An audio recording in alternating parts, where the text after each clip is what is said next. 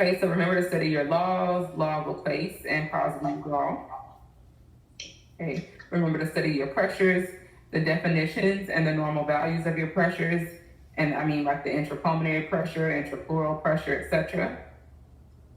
Okay, be sure to study your formulas like compliance, minute ventilation, alveolar minute ventilation, how to get dead space, how to get our estimated tidal volume, that stuff. Okay, remember to study your procedures or techniques for the different maneuvers. Like, what do you instruct your patient to do for your FBC? And then not only that, what does your FBC tell you? Is that a test of pulmonary mechanics, or is that a volume or capacity? What are your flow studies? And what do you look at? What's the best indicator of restricted disease? What's the best indicator of obstructive disease?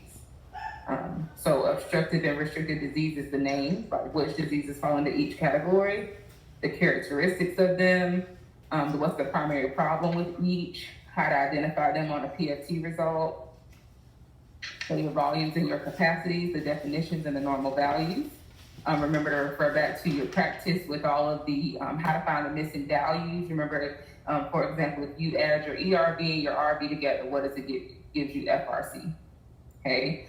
If you're given an FRC of 3,500 and an ERV of 2,000, what's your RV? It's 1,500. Okay, so stuff like that. If you need extra practice, let me know. I can send you some. Your types of flow, whether it's laminar or turbulent, how to determine whether it's laminar or turbulent, etc. Your VQ, your RQ, what it means, your units like your dead space unit, your shunt unit, the differences in the lungs because of VQ. I'm trying to think of anything else. Those are the high points. So just everything. Hey, any questions? You are now unmuted. No. You guys got all that? Yes, ma'am. Yes, I got it. Okay. You are now muted.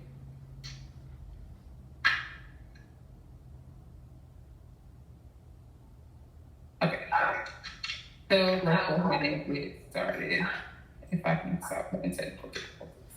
Okay. So this is going to be kind of in Jeopardy form. So you're going to be given the answer. You're looking, and I'm looking for the question. Okay. So for example, and you're not, we're just going through this together. Okay. So air movement in and out of the lungs to allow external respiration to occur is called what? Ventilation. Ventilation. Yep. What is ventilation? Okay, that's the first page of your first PowerPoint. Good. Gas exchange between the capillaries and the tissue is called what? Internal respiration. Uh-huh. The internal respiration. Good job. Internal respiration. What is external respiration? Gas exchange between the air and capillaries. Absolutely. Good job. So elasticity / recoil of the lungs and expansion of the chest wall. What do those two affect?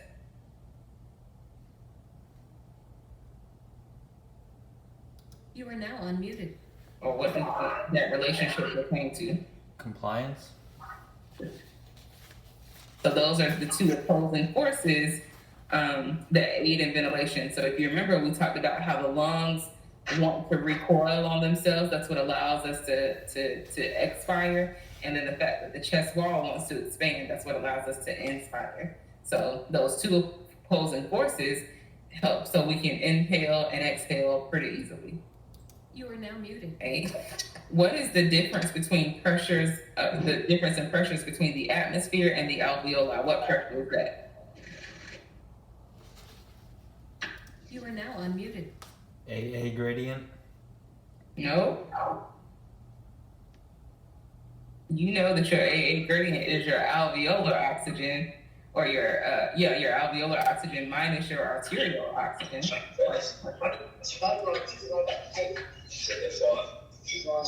that the intrapleural and intrapulmonary? So that is your transient respiratory gradient. Remember, a gradient is always the difference between two pressures. Okay, so that's your ADL is your alveolar pressure. PDS is your body surface pressure or atmospheric pressure. Okay. You are now So which pressure is negative 5 centimeters of water pressure? That's your plural? Yep, that's your pleural pressure. That's right. Good job. And again, and of course, that's the pressure in your pleural space. Okay.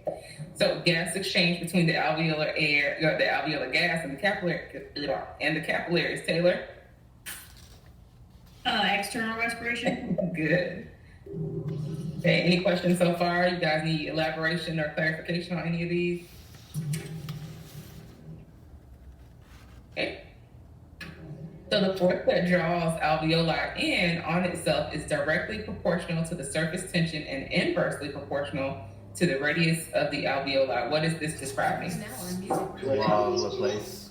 The law of Laplace. The law of Laplace. Yep. Good. Laplace. Yeah. I don't know why. You are now muted. You made it sound extra fancy. Yes. All right, so the lowest volume in alveolus or an alveoli can withstand prior to collapse is called the blank pressure or blank volume. You are now unmuted. Residual.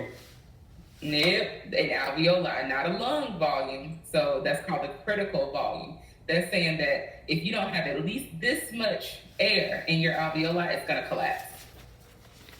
Okay, that's your critical volume.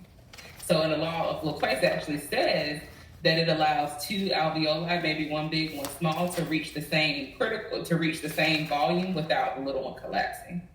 So it allows the critical volume to vary from alveoli to alveoli. So all of your alveoli don't require the same amount of air. Some are bigger, some are smaller. Okay.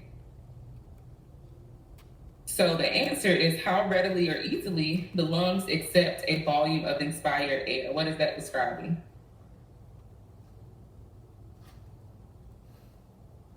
Lung capacity. What'd you say? Is it lung capacity? Lung compliance. Okay, because remember, compliance is how much it'll stretch, how much it will accept, right? What volume of air it will accept. So that's your how compliant are your lungs? How easy is it for you to fill them up? Remember those balloons? The big floppy balloons are very compliant. You can blow them up really easily. They'll easily accept that volume of air that you're going to blow into them. Okay? So volume over plateau pressure describes what? Or is the formula hint for what? Nicole, because we just talked about this. That is the static compliance. Yep, that compliance. Because remember, compliance in general is just volume over pressure. Your dynamic compliance is volume over peak pressure. Your static compliance is volume over plateau pressure. And again, plateau and dynamic pressure, we're not going to really calculate those and get real involved with those until we start actually managing patients on vents, because you can't get those pressures unless you have a patient on a ventilator. Right. So regular compliance is volume over pressure. Okay, what is static compliance? Oh, actually, never mind. That's the answer to that question. So, number 12, the natural tendency for the lungs to return to the resting position is called what? Elasticity. Yep. So that's that snapback. That's the fact that those lungs want to snap back into shape. Okay, elasticity or recoil. So let's go back. So what type of patients have increased elastin? COPD patients. COPD patients. Do their lungs snap back? Their lungs actually don't snap back very easily. They're very compliant. So COPDers have very compliant lungs. accept that volume of air. But think about that balloon. You can fill it up real big, but does it go back to its original shape? No, stretched out. So those patients who have COPD, they have to write their sweated lungs. Okay, so their lungs are like a sweater that somebody bigger than you kept wearing. Is that sweater gonna go back to its regular size? No. Nope, it is not. Because it does not have the elastic is broken. Okay? So it would be restrictive diseases? Right, so restricted diseases have good snapback. Okay, those are the diseases that don't stretch very well. But obstructive people, they don't have very good elastins, but they have real good compliance. Okay? So restricted people, they have real good elastins, but they don't have very good compliance. Okay, does that make sense? Yeah. All right. So diseases such as pulmonary edema, ARDS, airway tumors, and pneumonia, what category do they fall into? Obstructive or restrictive? Restrictive. Yep, restrictive. Because again, those diseases have decreased compliance, but they have increased elasticity, recoil. The problem with these people, though, is that it requires more pressure to inflate their lungs because they're not very easy to get air into them. So this law states that if you decrease a tube by half, you will increase the resistance by 16 times. What law is that describing? I don't know how to pronounce it, the P1. Yeah, Cosby's law. Okay, Hogsmeade. Yep, good.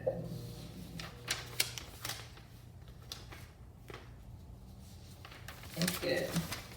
All right, so a Reynolds number of 3,600, what kind of flow are we talking? Mixed flow. Yeah, transition, remember there are synonyms here. Transitional, mixed, or tracheobronchial flow. Okay, so how did your scale go for Reynolds number? Less than 2,000 is laminar. Mm-hmm. 6,000 to 4,000 is mixed. Greater than 4,000 is turbulent. There you go. Good. Okay, so the maximum inhalation following a quiet inhalation is called what is what, volume or capacity? IRV. You're on a roll. Yep, your IRV or your inspiratory reserve volume. Good job. Okay, so the volume of air remaining in your lung following a quiet exhalation.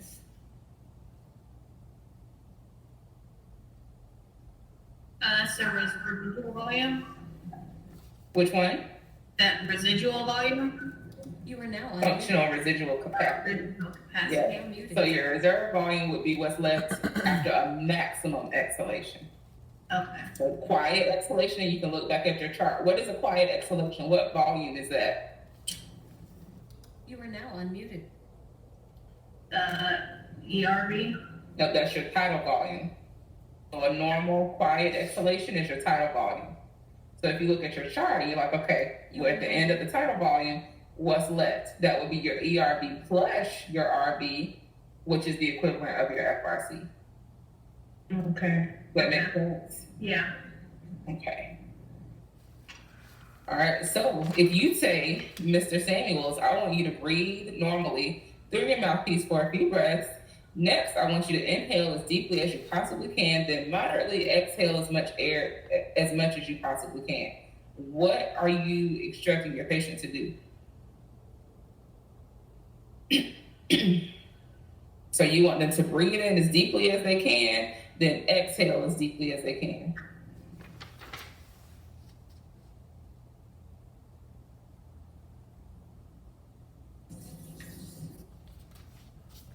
You are now unmuted. Is that their IRV? No, this is a maneuver. This is they're doing PSP test, so that's why you gotta know what you're gonna say to your patient. So So what test or what parameter are you, what PFT parameter are you gonna get as a result of your patient doing this?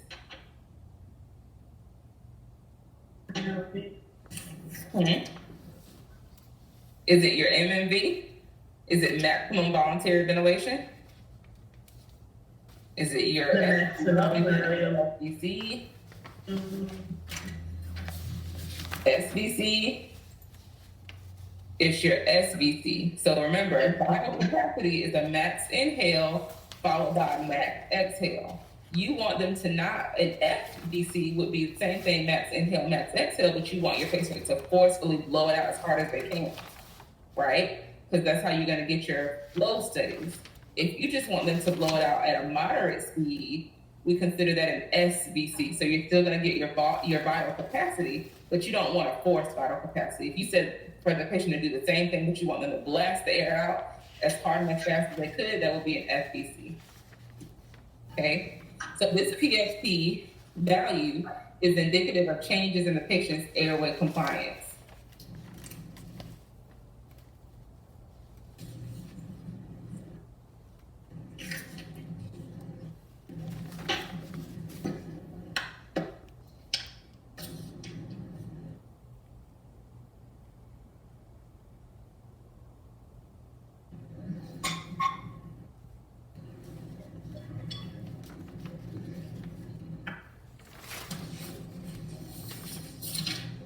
So that's your FRC. Remember, people think about what your FRC is. What's the definition of FRC? Functional residual capacity. That's the name of it. What's the definition of it? Gas and lung. It's just gas and lung. So what Gas is- and lung. Taylor, what did you say? Gas and lung following quiet exhalation. Right. So a normal exhalation. What type of people have a lot of air left in their lungs after a normal exhalation? COPD. COPDers, they're air trapping. So if you see that a patient's FRC is increasing, you're going to be able to say, I wonder if they're a COPD, or I wonder if they have a problem with airway resistance, right? Yeah. The amount of air left in their lungs is higher than yours or mine would be because they're air trapping. So the FRC is indicative of changes in compliance. The more compliant a patient's lungs are, the higher you'll see an increase in their FRC. Okay, does that make sense? Yes. Yeah. So this is 10 to 50 or 5 to 10 liters per minute in healthy adults at rest.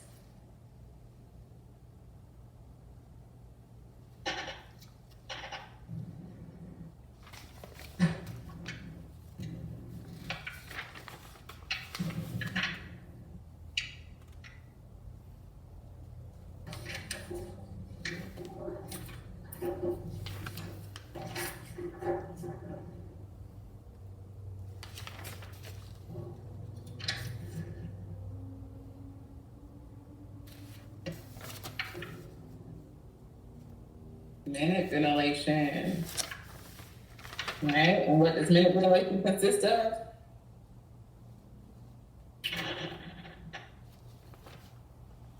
The tidal volume? No. Yes. Yes, times the record. Yeah, so tidal volume times the amount of air we move over the course of a minute. So we usually move about 5 to 10 liters. An adult would move about 5 to 10 liters per minute ventilation.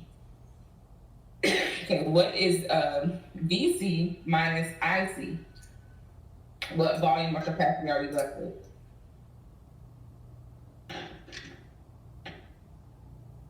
The And FR. ERV. ERV, good. Mhm. So your FRC minus your RV, what volume or capacity are you left with?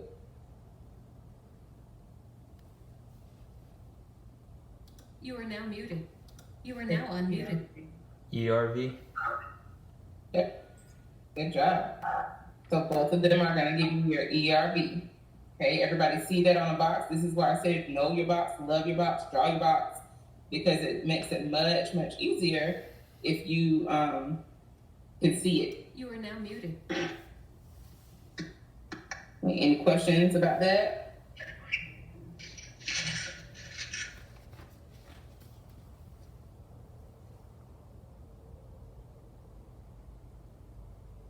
All right, good job, guys. So IC plus ERB gives you what? The VC, Okay, and then TLC minus RB gives you what? VC, VC. Good job. Good job. Any questions? no ma'am, So IRB plus BT gives you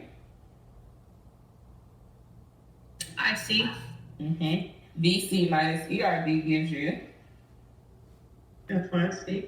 IC, IC. Okay. And TLC minus FRC gives you, IC, yep. So 3 different ways that we could do this, 3 different equations, but you get the same answer. Anybody have questions about how those give us IC?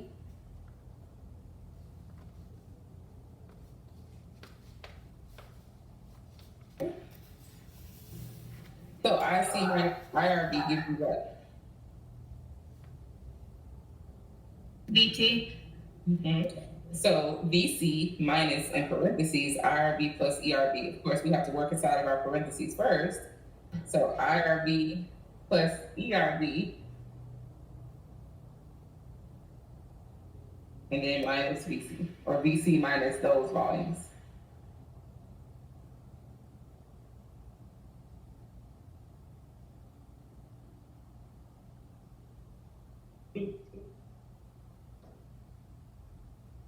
So of course, if you add together, you don't get a volume if you add together your IRB with ERB, but just imagine those size blocks in your brain.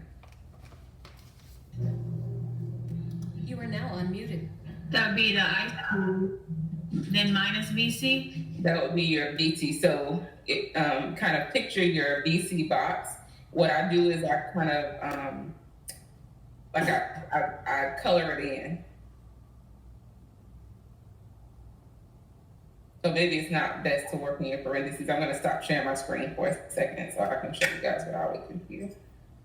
Okay.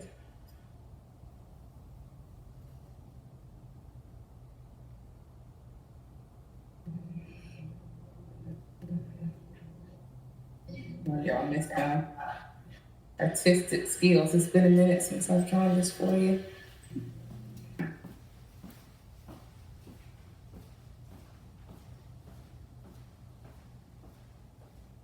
Okay, so this is what we see. This would be your IRB. This would be your ERB. Okay, so what I would do is kind of give myself a line here and then color that in, and then give myself a line there and color that in. So I'll be left with that box, which would be equal to this box, and that would be my BT. okay, Does that make sense? yeah, Okay. Yeah, that one's kind of tricky.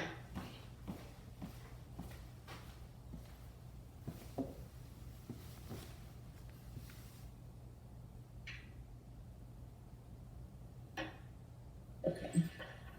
So again, go back to where we were. Okay, that's good.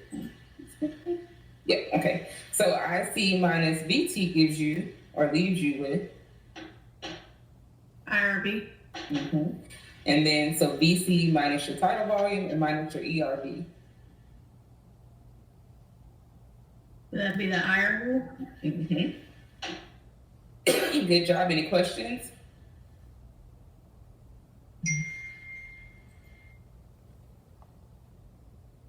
Okay, so cardiac ventilation that does not reach the alveoli to participate in external respiration is called what? dead space, Yeah.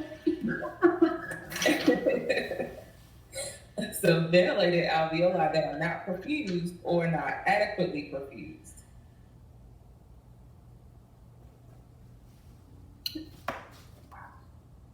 alveolar dead space, alveolar dead space,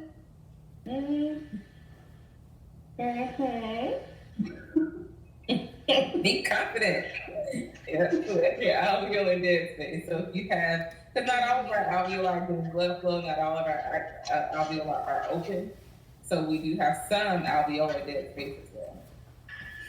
Okay. And again, if you're just talking about the amount of dead space that with your alveoli based on the size of the patient, based on their alveolar body weight, then that's their anatomical dead space. So you have anatomical, physiological, and alveolar dead spaces. Okay, so ventilation when one's respiratory rate is multiplied by one's tidal volume minus the anatomic dead space. What is that?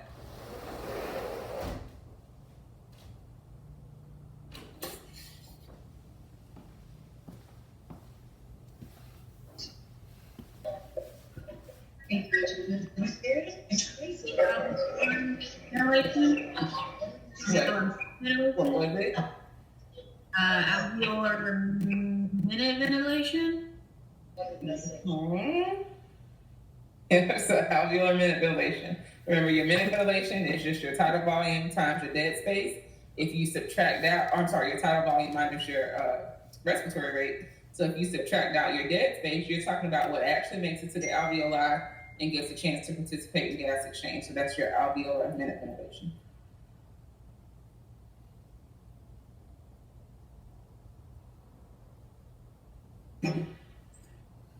Okay, so ventilation more than necessary to meet metabolic needs is known as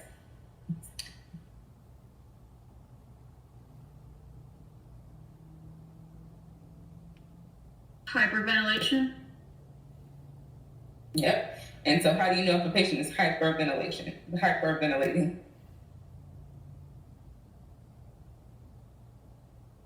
They're hypocapnic. They are hypocapnic. What does that mean? Their CO2 is low. How low is low? Below. Less than 35? Yep, less than Yeah. 35 millimeters of mercury. Good. So, Nicole, perfusion Yeah. without ventilation or perfusion in excess of ventilation is known as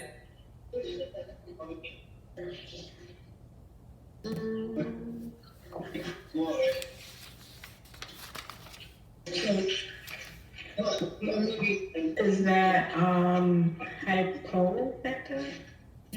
one of your what unit is this?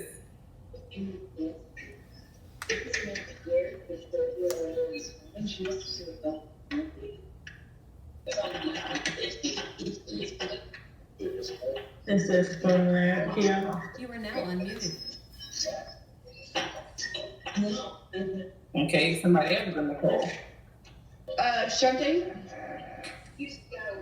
Yep. So we talked about this, so that either the alveoli are not ventilating enough, or maybe the patient's cardiac output has increased. Either way, it creates a mismatch known as cancer. Okay. So simple VQ imbalance is not shunting in relation to hypoxemia in patients with lung disease. We have to talk about this.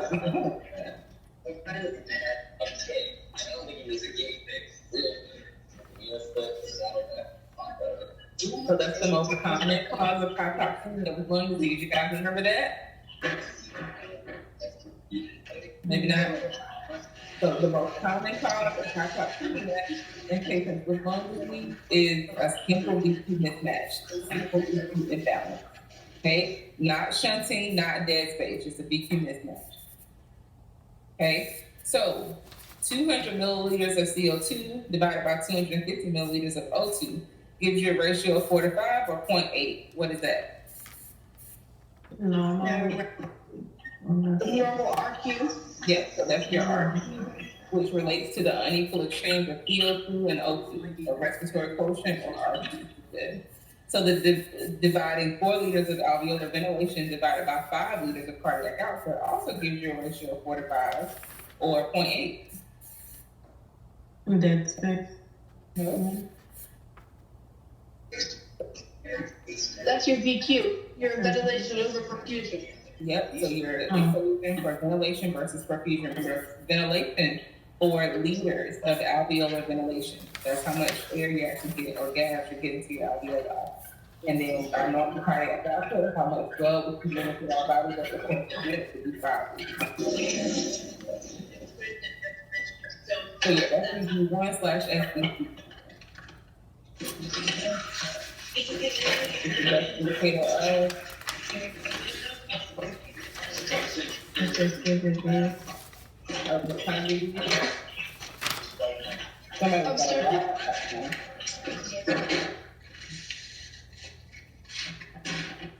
Obstructive disease. Okay, so it's the best indicator to distinguish restrictive from obstructive, so it is the best indicator of obstructive disease. Good job. So they move from, when particles move from areas of high partial pressure to areas of low partial pressure, that's called what? Diffusion. Good job. Whole body diffusion gradients, that's the direction of it, so always from high pressure to low pressure. Okay, so if you ask your patient, Ms. Barboza, for the next test, I would like you to put the mouthpiece in your mouth and start breathing deep and fast for me for about 12 seconds. Nicole, what test is that? NBB. I didn't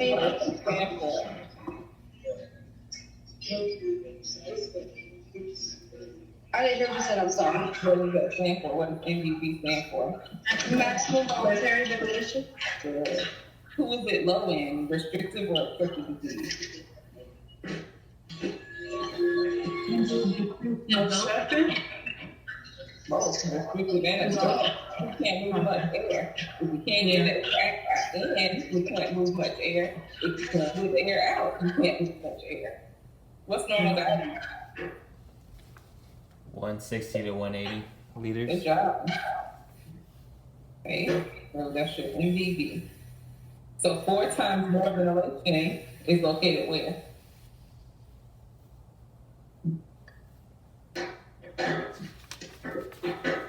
Nicole. What has more ventilation? Mm-hmm.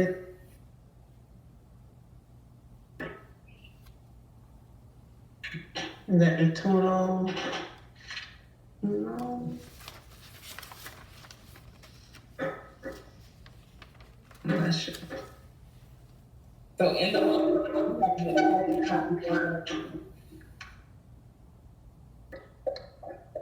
Yeah, in the lung. where? Where's the party? In the, Downstairs. I can't remember the name, but I remember you saying in the basement. It's above the lung. Oh, you have 4 times more ventilation. How much more times perfusion? You are now muted. 20. 20 times more perfusion. Good. So this answers our next question. 20 times more perfusion is located where?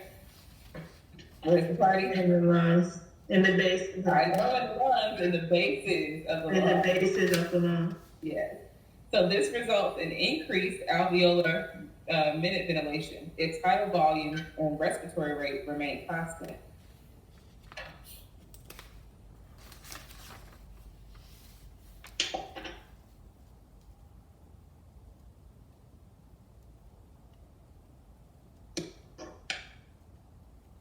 So if your tidal volume is the same, respiratory rate is the same, how would your alveolar minute ventilation improve?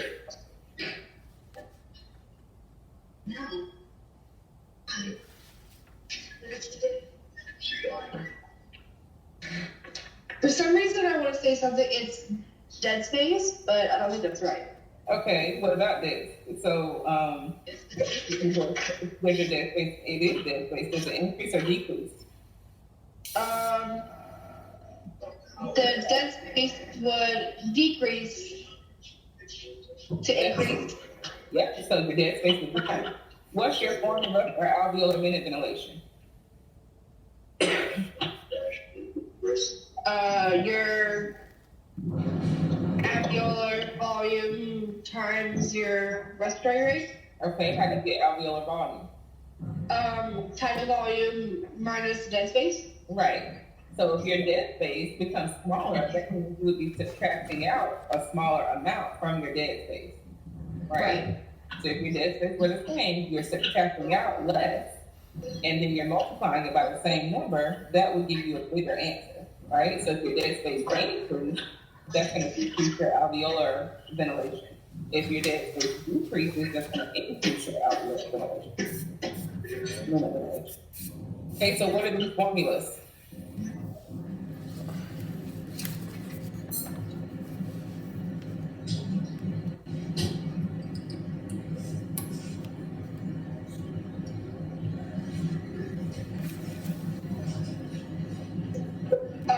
Ideal body weight. Which is for male, which is for female? I think the 105 is male and 106 is female. Other way around. Okay. Yeah, so think males are usually 6 feet tall, females are usually 5 feet tall. Okay. Interpret this PFT.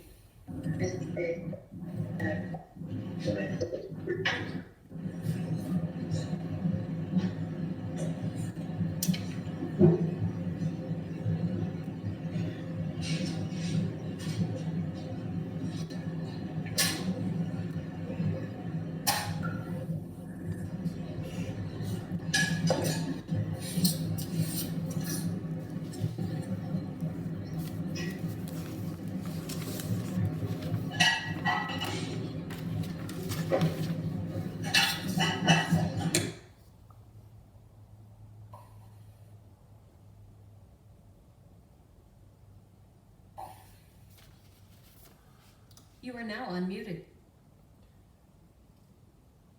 It's an obstructive disease with in the middle airway. Okay, tell me why you think that, AJ.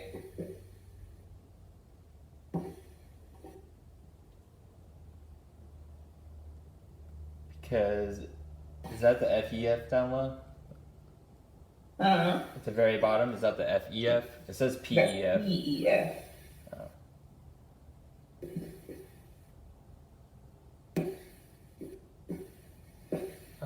Never mind. I guess I'm wrong. Okay, well, I like the obstructive part. How did you determine that this patient has obstructive disease? Is the increase in the total lung capacity? Well, what's the best indicator of obstructive lung disease?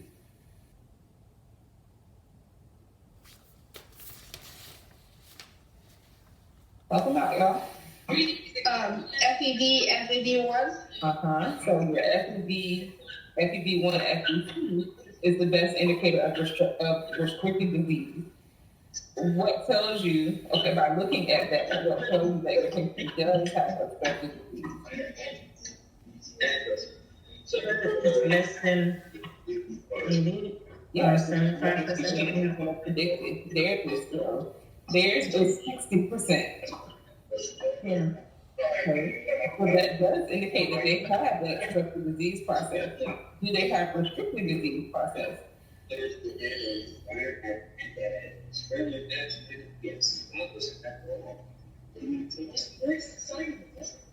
Yeah, because they're less too. Yeah, because the best indicator of restricted disease is the BC or the FBC. That's 44%. That's less than 80%. Yeah, that's very severe. So, and then of course, so that tells us that this patient has restricted disease based on their FBC and obstructive disease based on their FBC1, FBC. Okay. So then their DLCO is also decreased. What does the decreased DLCO tell you?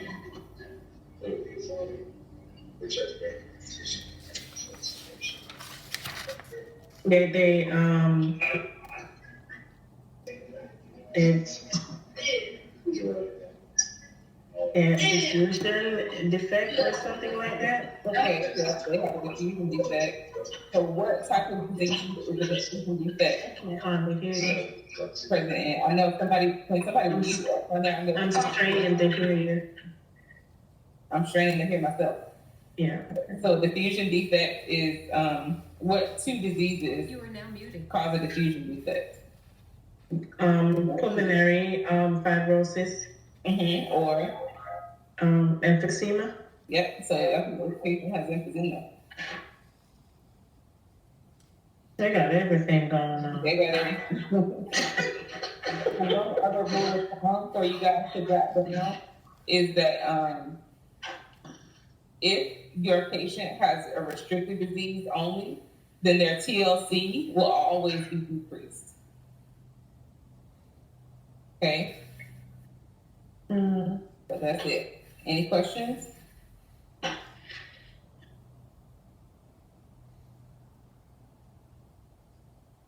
I got a headache.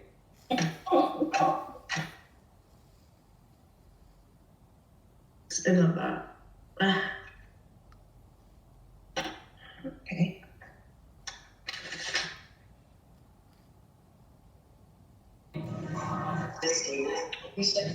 Thank you for the review. You're welcome. I hope it helps.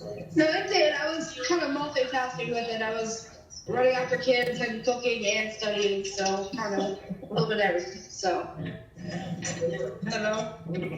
Sorry, I didn't get to come in. I ended up leaving the dentist's office and coming to get a prescription. Oh, okay, it's all right. We just finished up. Do you have any questions about MNQ though? Well, I would like to see the review. I really wanted to be in there, but I guess I don't have any questions now. Okay. I don't know. Okay. All right, so anybody have any questions just from that material all together? Ms. Gardner, tomorrow Mhm. morning we have that this kind of review